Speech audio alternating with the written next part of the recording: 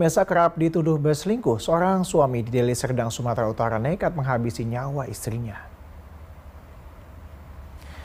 Mahadi, pria berusia 62 tahun ini harus berurusan dengan polisi usai aksi pembunuhan yang dilakukan terhadap istrinya terbongkar.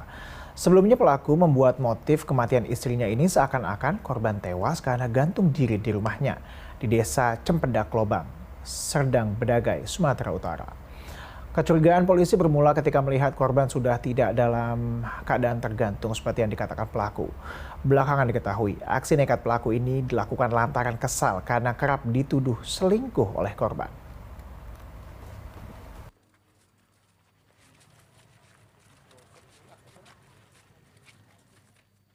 Ya, misal untuk mengetahui informasi lengkap terkait dengan kasus suami yang membunuh istri di Serdang Bedagai, kita sudah terhubung dengan AKP John Harto, Kasat Reskrim Polres Serdang Bedagai. Selamat malam Pak John.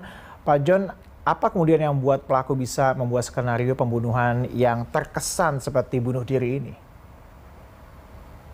Baik, selamat malam.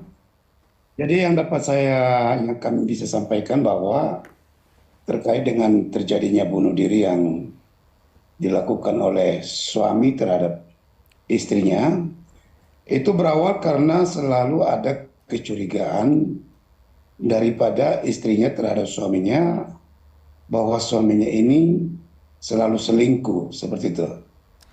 Dari laporan awal sang suami, Pak, apa kemudian yang dikatakan kepada pihak kepolisian dan juga bagaimana kemudian polisi akhirnya mencurigai sang suami ini membunuh istri meskipun ia mengatakan bahwa istrinya ini bunuh diri?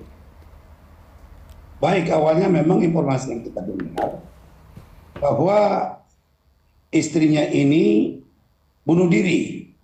Namun dengan kecurigaan-kecurigaan yang kita lihat, kemudian kita hubungkan dengan situasi di TKP, dapat kita simpulkan bahwa pembunuhan itu dilakukan oleh suaminya sendiri.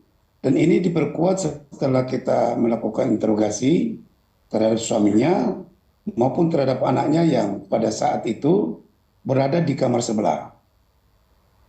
Dari temuan pihak kepolisian di TKP dan juga di jasad sang istri, ada kekerasan macam apa Pak yang membuat istrinya ini akhirnya meninggal dunia?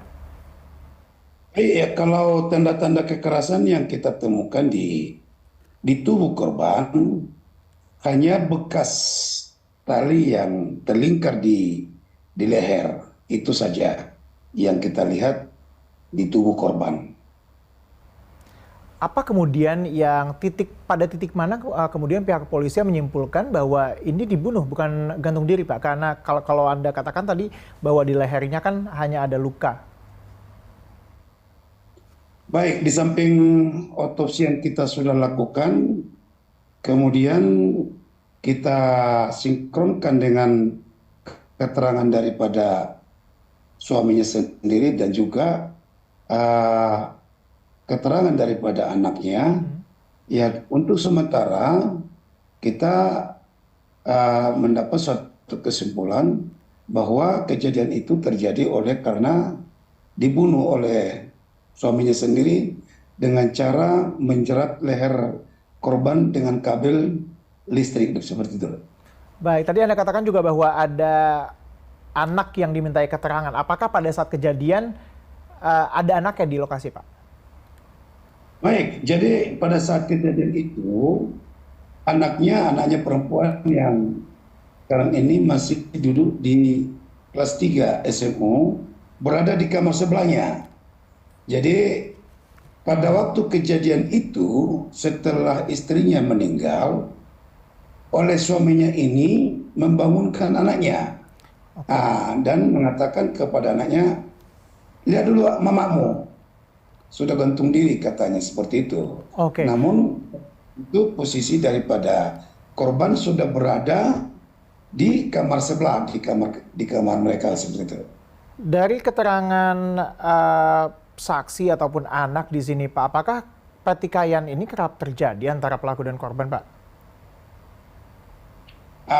Jadi kira-kira seperti itu. Kita juga mendapatkan keterangan dari anaknya bahwa memang antara suami istri sudah cukup lama terjadi cekcok, ya, dan bahkan menurut daripada seorang saksi dari tetangganya, pada pukul kira-kira 23.00 ada keributan di rumah tersebut. Setelah Baik, itu senyum.